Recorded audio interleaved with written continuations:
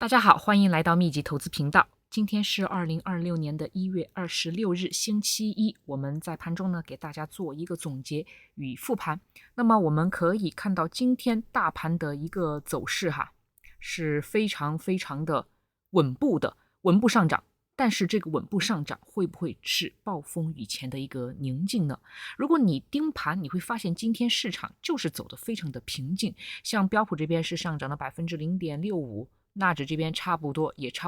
就是 DIA、QQQ 都差不多，但是呢，罗素稍微的就是跌一点，看起来就是一个非常普通的上涨日，对吧？但是呢，我还是要告诉一下大家，很有可能今天的平静就是暴风雨前的宁静，因为从明天开始到周四，市场将会迎来2026年迄今为止最重要的一周，七巨头4家。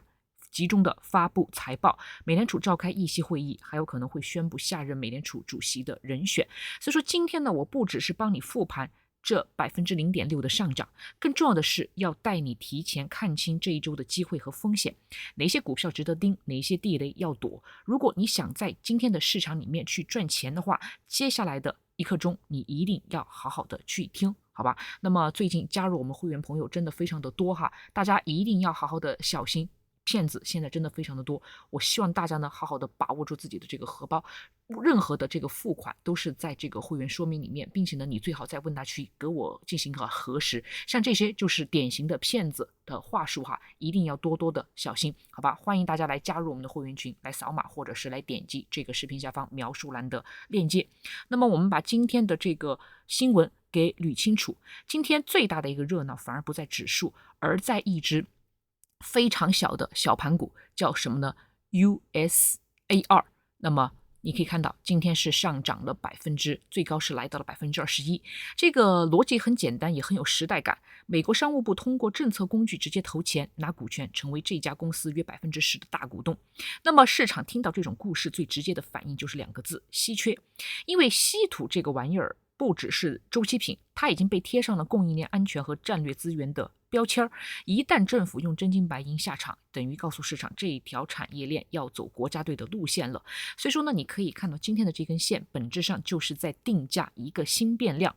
产业的政策不再只是补贴，而是可能直接参与股权的结构。你说这是不是美国版的国家队呢？至少市场把它当成了一个足够硬的背书，所以同类的稀土标的也是跟着躁动，盘前的更夸张，收盘回落一点也是非常正常的，因为短线资金该落袋还是会落袋，但是呢，现在这个主题已经被点燃了。那么第二个值得说的新闻就是英伟达这边继续的往 AI 的基础设施上面去加码，追加投资这个 CRWV 20亿美元。这个动作的含义比股价的当日的涨跌更加的重要，因为什么呢？它说明的英伟达不是只想卖铲子的人，他还想参与电厂和矿场怎么建、怎么扩、怎么锁定长期的需求。那么 CoreWeave 这种算力租赁平台本质上是什么呢？就是 AI 时代的基础设施承包商。英伟达不断的加码，相当于把自家的 GPU 的需求曲线往前锁一段，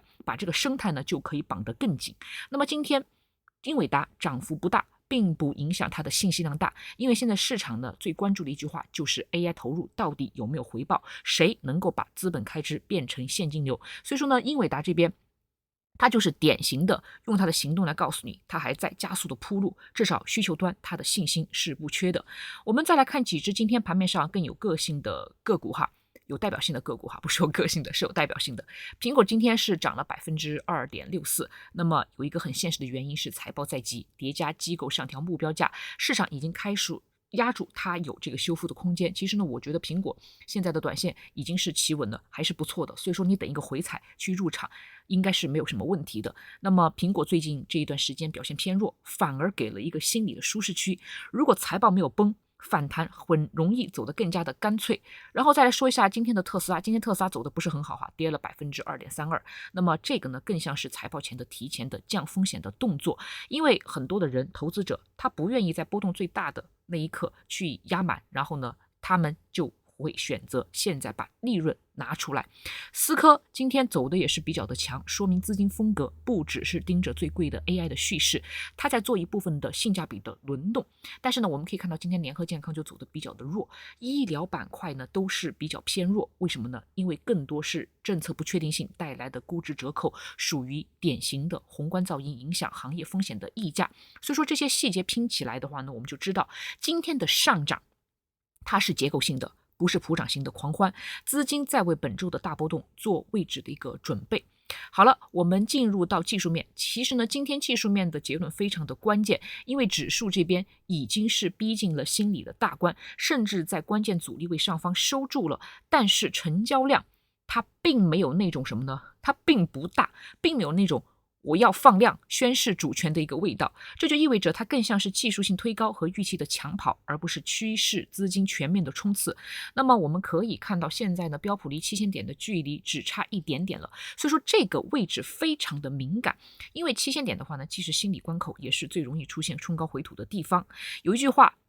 总结现在的结构，上方的空间有没有？有。但是它必须要靠周3、周4的事件给燃料，否则上冲就是给获利盘来送礼。那么 SPY 今天现在目前为止，我认为它大概可能会收到695左右。那么关键的压力就是在600这一线，700这一线哈。那么700它是一个整数关口，整数关口是很容易带来情绪的放大器的。所以说呢，如果说冲到了这里，短线资金它很天然的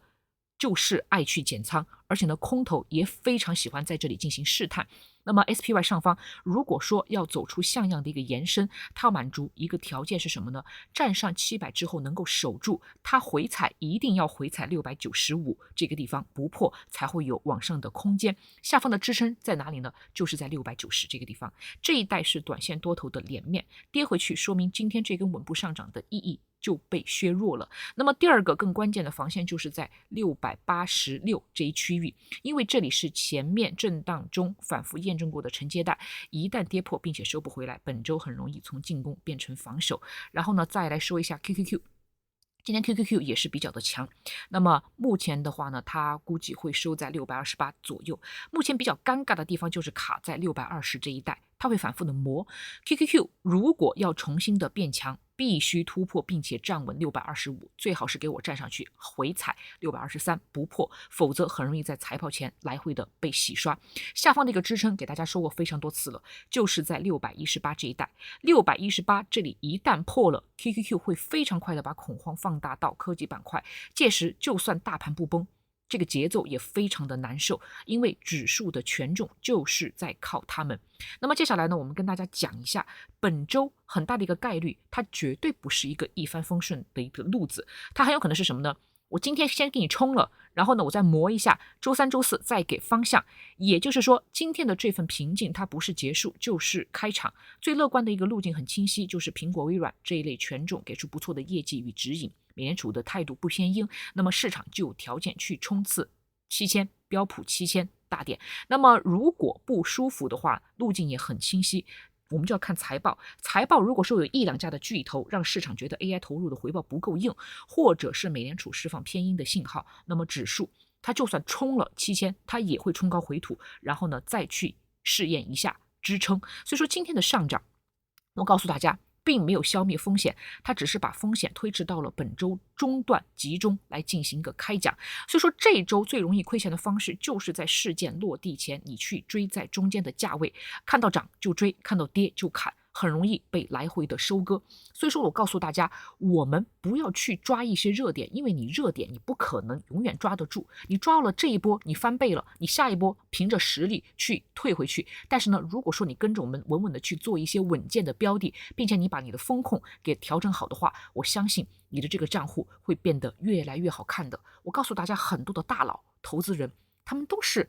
很慢的，因为他们的字典里面慢其实就是快。首先你要在这个市场里面想到如何存活，如何不踩雷，这一点比你去追热点，去不停的去追那些更高的利润是要来的更加的重要的。所以说呢，我就一直在提醒我的会员朋友们，一定要做好稳步的一个向上的盈利。那么具体的说明的话呢，我们在会员群都会来告诉大家。这周有非常多的机会，如果大家不想错过的话，欢迎大家来加入我们的会员群。那么如果大家想在新的一年里面开通富途，就是换一个券商的话，开启你的这个夜盘操作模式的话，欢迎大家来加入入金富途木木。现在的话呢，闲钱生息，非常的优惠。那么欢迎大家用我视频下方描述的链接来开户入金，加入富途。那么今天的视频讲到这里，希望大家在本周都能够好好的赚钱。我们下期视频再见。